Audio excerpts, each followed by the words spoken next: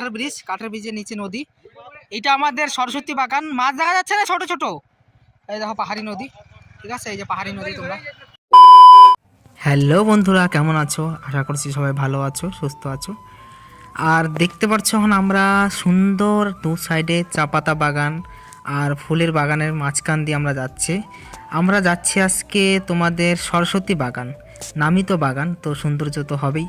তো আমরা সরস্বতী বাগানের ভিতর হয়ে যাচ্ছি। আমরা আসছিলাম তোমার গাজলডোবা। তো এই রাস্তাটা সৌন্দর্য লাগলো, অনেকে বললো এই সাইড দিয়ে যাওয়া যায়, তো আমরা আসলাম। তাই আমরা যাচ্ছি সরস্বতী বাগান। তো বন্ধুরা, এই যে আমাদের যে ডান হাতে যে জায়গাটা আছে, অনেক বাঁশ খড়ি লাগানো দেখতে পাচ্ছ তোমরা। তো এইটা হলো তোমাদের সরস্বতী বাগান বলে। এখানে লোক দূর দূর থেকে আসে পিকনিক করতে। সবাই এখানে হাঁড়ি কড়াই থেকে শুরু করে সব কিছু ভাড়া পাওয়া যায় এবং রান্না করে এখানে পিকনিক মানে বনভোজন করে। এখানে এই পুরো জায়গাটা সৌন্দর্য হয়ে গেছে, মানে এখন ফেমাস হয়ে গেছে পুরা। সবাই এখানে আসে দূর থেকে, এসে পিকনিক করে, বনভোজন করে, আবার চলে যায়। ফরেস্টের মাঝখানের যে সৌন্দর্যটা খুব ভালো লাগলো আমাকে। আগে ফরেস্ট, পুরো ফরেস্টের মিডিলে এই পিকনিকের এরিয়াটা দেখতে পাচ্ছ। আবার ঘন জঙ্গলের মাঝে আমরা যাচ্ছি, প্রচুর ঘন জঙ্গল, তার মাঝখান থেকে আমরা যাচ্ছি।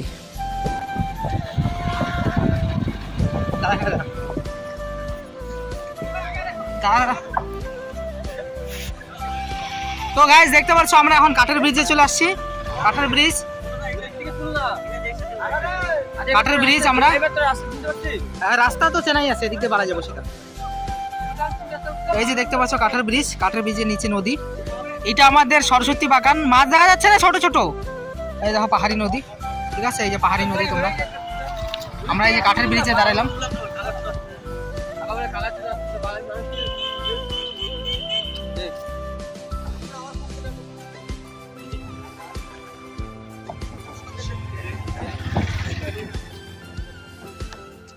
হ্যালো গাইস, দেখতে পাচ্ছ আমরা এখন সরস্বতী বাগানে চলে এসে পড়ছি।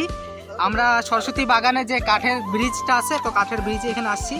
আগে তোমাদেরকে তো দেখাই দিলাম যে ওখানে পিকনিক কোন জায়গায় করে। আর চারিদিকে জঙ্গল দেখতে পাচ্ছ, একদম ভিউ, চারিদিকে জঙ্গলে জঙ্গল। আর সাইডে নদী, এই যে নদী দেখিয়ে দিলাম তোমাদেরকে, তার সাথে নদী আছে।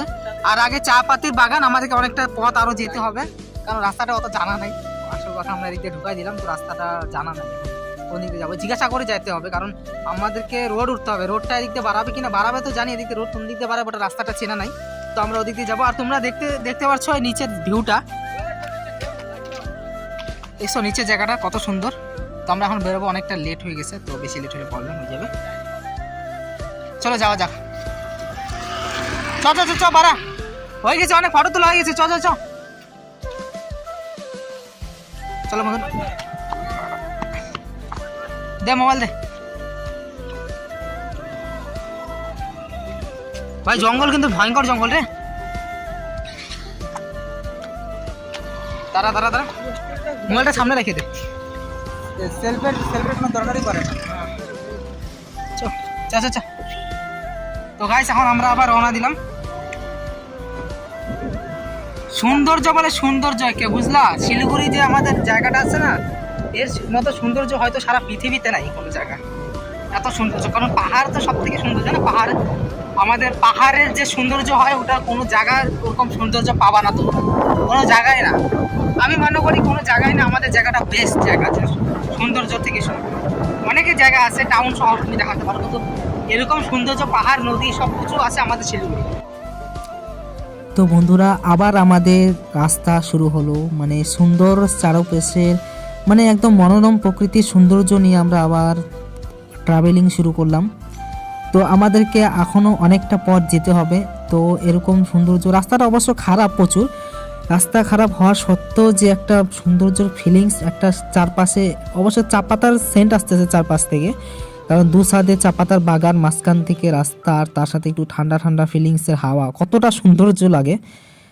আর এত সৌন্দর্যের মাঝে কেউ যদি, এই দেখো কত সুন্দর, এরা হয়তো রাস্তার কি বলে এই কাজে থেকে আসতেছে, মাঠে টাটে গেছিল হয়তো, মানে নানা রকম অনেকজন পাতা তুলে, চায়ের পাতা। আর রোদের আলোটা খুব হালকা মিষ্টি আলো, আর দূরে দেখতে পাচ্ছ ঘরগুলো না খুব সুন্দর লাগছে, কারণ এরাই সব থেকে মানে ভাগ্যবান মানুষ যে এত সুন্দর চারপাশের বাগান প্রকৃতির মাঝখানে এরা থাকে। চারো তরফে ফরেস্ট আর মিডিলে এদের বাড়িগুলো দেখো না কত সুন্দর লাগে দেখতে। রাস্তাটাও অতটা ভালো না, খুব খারাপ রাস্তা, কিন্তু খারাপ রাস্তা হলেও একটা মজা আলাদা এগুলা রাস্তা দিয়ে চলার। তো বন্ধুরা, তো দেখতেই পারলা আর প্রকৃতির সৌন্দর্য দৃশ্য তোমাদেরকে দেখালাম। আর যদি ভিডিওটা ভালো লাগে থাকে একটা লাইক করে দিও, চ্যানেলটাকে সাবস্ক্রাইব করে দিও এবং আমার সাথে থাকো, পাশে থাকো, কারণ এরকম ভিডিও আমি আনতে থাকি।